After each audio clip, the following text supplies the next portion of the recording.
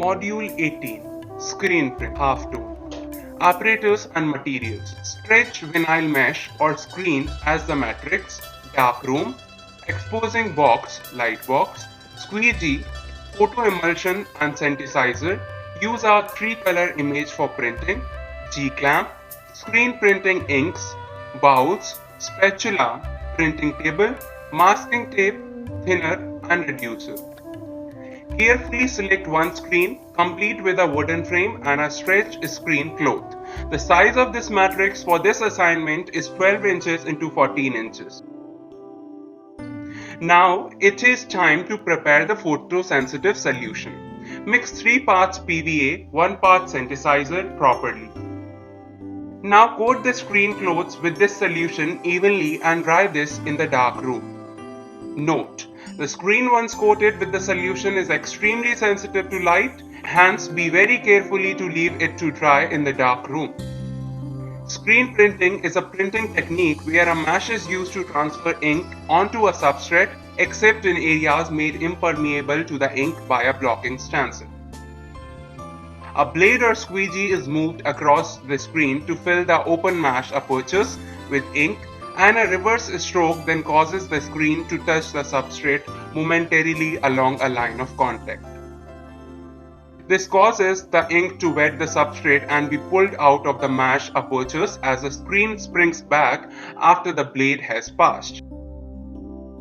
Screen printing is also a stencil method of printmaking in which a design is imposed on a screen of polyester or other fine mesh, with blank areas coated with an impermeable substance. Ink is forced into the mesh openings by the fill blade or squeegee and by wetting the substrate, transferred onto the printing surface during the squeegee stroke. Screen printing is a form of stencilizing that first appeared in a recognizable form in China during the Song dynasty, 960 to 1279 AD. It was then adopted by other Asian countries like Japan and was further refined by creating newer methods. Screen printing was largely introduced to Western Europe from Asia, sometimes in the late 18th century, but did not gain large acceptance or use in Europe until silk mesh was more available from trade from the East and a profitable outlet for the medium discovered. Screen printing is also a stencil method of printmaking in which a design is imposed on a screen of polyester or other fine mesh, with blank areas coated with an impermeable substance.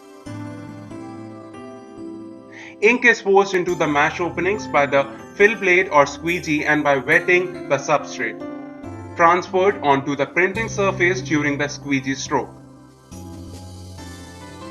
As the screen rebounds away from the substrate, the ink remains on the substrate. It is also known as silk screen, serigraphy, and serigraph printing.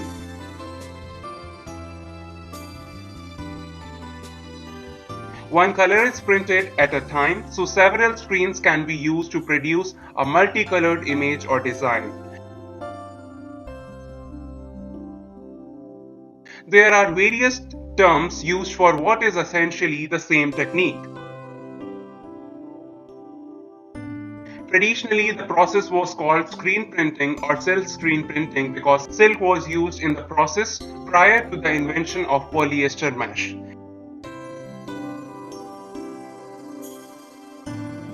Currently, synthetic threads are commonly used in the screen printing process. The most popular mesh in general use is made of polyester. There are special use mesh material of nylon and stainless steel available to the screen printer.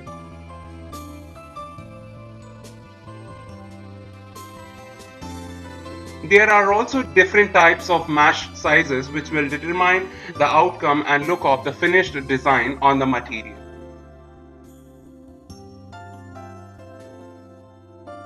Screen printing was introduced to Western Europe from Asia in the late 18th century but did not gain large acceptance or use in Europe until silk mesh was more available for trade from the East and a profitable outlet for the medium discovered.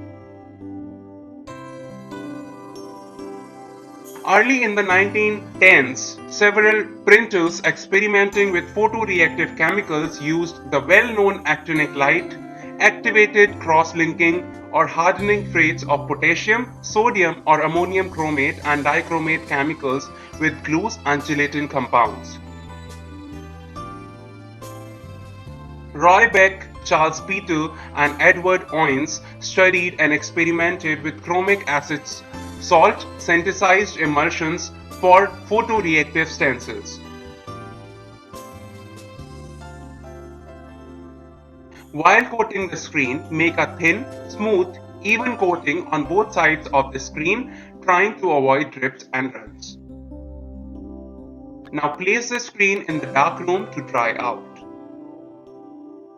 This trio of developers would prove to revolutionize the commercial screen printing industry by introducing photo-imaged stencils to the industry, though the acceptance of this method would take many years. Commercial screen printing now uses synthesizers for safer and less toxic than bichromates. Currently, there are large selections of pre-synthesized and user-mixed synthesized emulsion chemicals for creating photoreactive stencils.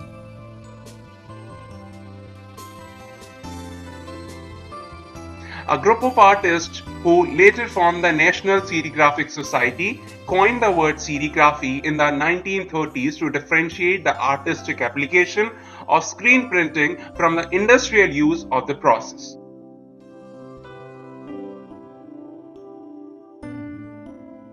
Serigraphy is a word formed from Latin sericum, silk, and Greek graphein, to write or draw. Make sure the emulsion on the screen is completely dry on both sides before attempting to begin.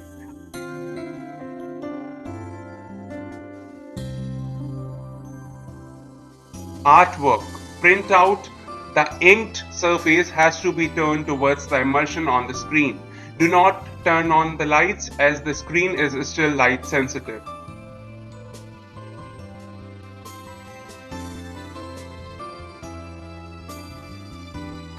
The screen has to be laid down on the glass of light table or sunlight duration for exposing to light box. Carefully keep the screen frame on the artwork transparency and with proper pressure. Ensure there is even contact between the screen and the artwork.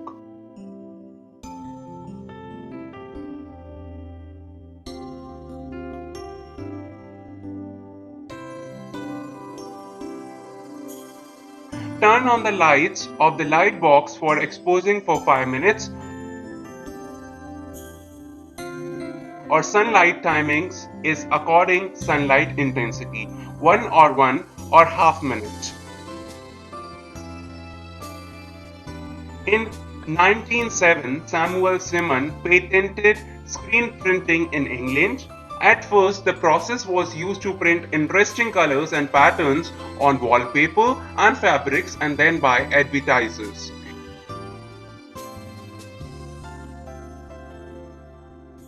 Eventually, however, it was adopted by artists as a convenient and reliable way of reproducing their works.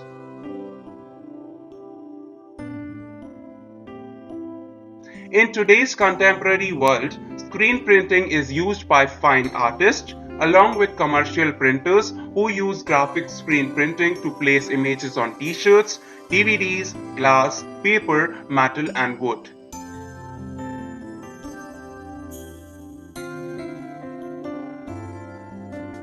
Keep the screen frame on the artwork and with adequate pressure ensuring even contact between screen frame and artwork.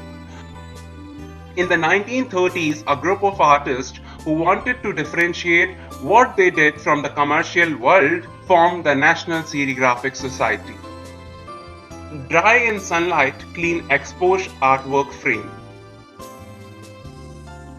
In doing so, they linked the word serigraphy with fine arts and screen printing. In recent history, the pop artists are generally seen to have popularized the form of screen printing known as serigraphy. Pop artists took their images from the world of mass culture, so it was appropriate that they used a technique known for its mass production ability. Pop artists would value the use of the medium, finding it suited their aesthetics. Screen printing is arguably the most versatile of all printing processes. Since rudimentary screen printing materials are affordable and readily available, it has been used frequently in underground settings and subcultures. And the non-professional look of such DIY culture screen prints have become a significant cultural aesthetic seen on movie posters, record album covers, flyers, shirts, commercial fonts, in advertising, in artwork, and elsewhere. In the 1960s, first Eduardo Paolozzi and then Andy Warhol began to use screen printing as a fine art technique. Many artists have used the medium to reproduce imagery appropriated from popular culture and challenge ideas about what could be art. Contemporary artists like Ryan McGuinness follow in their footsteps. In screen printing, the screen is first created by stretching a fabric, example silk, over a frame of wood or aluminium. The image is first drawn manually or with software on a piece of paper or plastic or captured in a photograph. Then it is cut out to form a stencil. Next, the stencil is attached to the screen. Then areas of the screen mesh are blocked with a waterproof masking medium. These areas become the negative areas of the final image. The screen is then placed over the desired substrate, example paper, glass, textile, and ink is then applied to the top of the screen and spread across the screen, over the stencil and through the open mesh onto the substrate underneath. The ink is spread using a squeegee, a rubber plate usually the same width as the screen. The unblocked area is where the ink filters through and creates the image. Any number of colors can be used, although a separate screen is required for each color. The stencil designs are generally created using software programs like Adobe Illustrator or CorelDRAW. The designs are then printed on clear vellum, which is referred to as the film positive. Cover the inner corner of the screen frame with sellotape and prepare color ink. This is now ready for printing. Mark the final registration on the screen table. Although screen printing is in principle a simple stencil process, the kinds of images which can be produced cover a wide spectrum. Depending on the stencil used, the artist can produce a range of effects from broad, simple areas to fine, detailed, even photographic images. This wide range is broadened further by the use of various combinations of transparent and opaque colors and by printing on various kinds of paper. The stencils are printed sequentially, one color at a time, one over the other. Each color is printed in turn on all copies in the edition before the next color is applied. Thus, the size of the edition cannot be increased after the second stencil has been printed, assuming that the stencils are destroyed after each printing, which is usually the case. Because screen printing was a preferred medium of the pop artist, it became the predominant printmaking technique in the 1960s and 1970s. Important artists of that time were Henry Sternberg, Roy Lichtenstein, Andy Warhol, Robert Indiana, Nicholas Krushnick, Victor Vasarely, Joseph Albus, R.B. Kitaj, Robert Rauschenberg, Richard Hamilton, and many others. Andy Warhol. Andy Warhol was born on 6 August 1928 in Pittsburgh, Pennsylvania, and was an American artist who was a leading figure in the visual art movement known as pop art. His works explored the relationship between the artistic expression, celebrity culture, and advertisement that flourished by the 1960s. After a successful career as a commercial illustrator, Warhol became a renowned and sometimes controversial artist. The Andy Warhol Museum in his native city, Pittsburgh, holds an extensive permanent collection of art and archives. It is the largest museum in the United States dedicated to a single artist. Warhol's art used many types of media, including hand drawing, painting, printmaking, photography, silk screening, sculpture, film, and music. He was also a pioneer in computer-generated art using Amiga computers that were introduced in 1984, 2 years before his death. He founded Interview magazine and was the author of numerous books including The Philosophy of Andy Warhol and Popism, The Warhol 60s. He managed and produced the Velvet Underground, a rock band which had a strong influence on the evolution of punk rock music. He is also notable as a gay man who lived openly as such before the gay liberation movement. His studio, The Factory, was a well-known gathering place that brought together distinguished intellectuals, drag queens, playwrights, bohemian street people, Hollywood celebrities, and wealthy patrons. Prepare the ink to be used and apply it on the screen and pull the squeegee softly with color. The color will pass through the cloth onto the paper. At a very young age, Warhol battled a disease of the nervous system which rendered him bedridden for days on end. It is here that he drew, listened to the radio, and collected pictures of movie stars around his bed. Warhol later described this period as very important in the development of his personality, skill set, and preferences. Mark the final print on the final paper and take the edition. During the 1950s, Warhol gained fame for his whimsical ink drawings for shoe advertisements. These were done in a loose, blotted ink style and figured in some of his earliest showings at the Bodley Gallery in New York. With the concurrent rapid expansions of the record industry and introduction of the vinyl record, hi-fi and stereophonic recordings, RCA Records hired Warhol along with another freelance artist, Sid Maurer, to design album covers and promotional materials. Warhol was an early adopter of the silk screen printmaking process as a technique for making paintings. His earliest silk screening in painting involved hand-drawn images, though this soon progressed to the use of photographically derived silk screening in paintings. Prior to entering the field of fine art, Warhol's commercial art background also involved innovative techniques for image making that were somewhat related to printmaking technique. When rendering commercial objects for advertising, Warhol devised a technique that resulted in a characteristic image. His imagery used in advertising was often executed by means of applying ink to paper and then blotting the ink while still wet. This was akin to a printmaking process on the most rudimentary scale.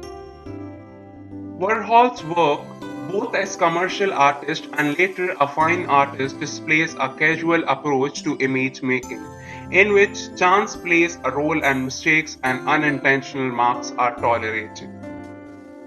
The resulting imagery in both Warhol's commercial art and later in his fine art endeavors is often replete with imperfection. Smudges and smears can often be found. In his book Popism, Warhol writes, "When you do something exactly wrong, you always turn up something." By the beginning of 1960s, Warhol had become a very successful commercial illustrator.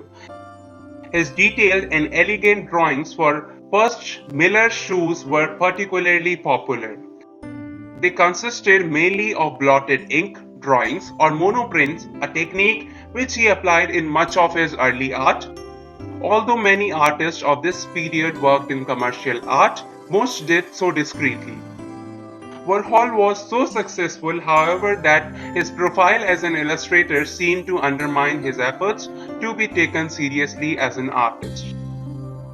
Pop art was an experimental form that several artists were independently adopting. Some of these pioneers, such as Roy Lichtenstein, would later become synonymous with the moment.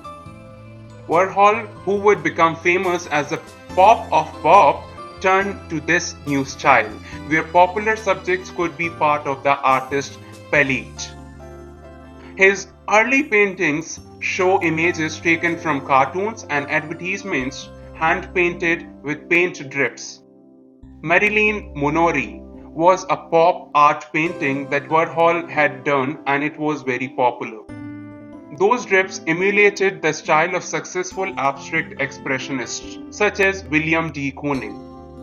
Warhol's first pop art paintings were displayed in April 1961, serving as a backdrop for New York department store Bromwich Teller's window display. This was the same stage his pop art contemporaries Jasper Johns, James Rosenquist, and Robert Rauschenberg had also once graced. Eventually, Warhol pared his image vocabulary down to the icon itself, to brand names, celebrities, dollar signs, and removed all traces of the artist's hand in the production of his paintings. He loved celebrities, so he painted them as well. From these beginnings, he developed his later style and subjects. Instead of working on a signature subject matter as he started out to do, he worked more and more on a signature style, slowly eliminating the handmade from the artistic process. Warhol frequently used cel screening. His later drawings were traced from slide projections. At the height of his fame as a painter, Warhol had several assistants who produced his cel screen multiples, following his directions to make different versions and variations. Warhol's early commercial illustration has recently been acclaimed as the arena in which he first learned to manipulate popular tastes. His drawings were often comic, decorative, and whimsical, and their tone is entirely different from the cold and impersonal mood of his pop art. Much debate still surrounds iconic screen printed images with which Warhol established his reputation as a pop artist in the early 1960s. Some view his Death and Disaster series and his Marilyn pictures as frank expressions of his sorrow at public events. Others view them as some of the first expressions of compassion fatigue, the way the public loses the ability to sympathize with events from which they feel removed. Still, others think of his pictures as screens placed between us and horrifying events which attempt to register and process shock. Although artists had drawn on popular culture throughout the 20th century, pop art marked an important new stage in the breakdown between high and low art forms. Warhol's paintings and prints from the early 1960s were important in pioneering these developments, but it is arguable that the diverse activities of his later years were just as influential in expanding the implications of pop art into other spheres, and further eroding the borders between the worlds of high art and popular culture. Although Warhol would continue to create paintings intermittently throughout his career, in 1965 he officially retired from the medium to concentrate on making experimental film. Despite years of neglect, these films have recently attracted widespread interest, and Warhol is now seen as one of the most important filmmakers of the period. Critics have traditionally seen Warhol's career as going into decline in 1968 after he was shot by Valery Solanas. Valuing his early paintings above all, they have ignored the activities that absorbed his attention in later years: films, parties, collecting, publishing, and paintings commission portraits. Yet, some have begun to think that all these ventures make up Warhol's most important legacy because they prefigure the diverse interests, activities, and inventions that occupy artists today. Warhol died in Manhattan on February 22, 1987, in his sleep from a sudden post-operative cardiac arrhythmia. Cleanliness and orderliness. Cleanliness and orderliness is very important to the screen printing process. Besides it impacting the overall bottom line by keeping individual colors from being contaminated, for example, it also may prevent injuries. Be sure to have designated places for all your inks, equipment, and tools to be stored. Spend less time locating missing tools or equipment and avoiding tripping over misplaced buckets and cuts stemming from misplaced razor blades or knives.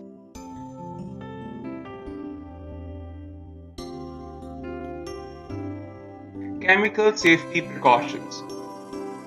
Many chemicals are used in and around the screen printing process.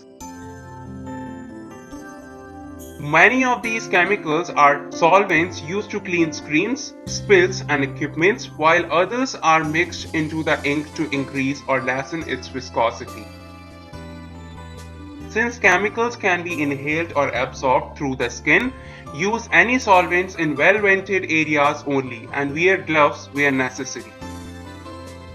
It is a good idea to use preventive measures that protect your eyes, skin, and nose to prevent inhalation when handling chemicals.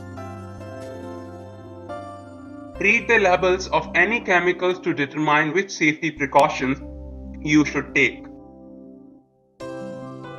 A product's material safety data sheet (MSDS) also lists first aid measures and more safety instructions.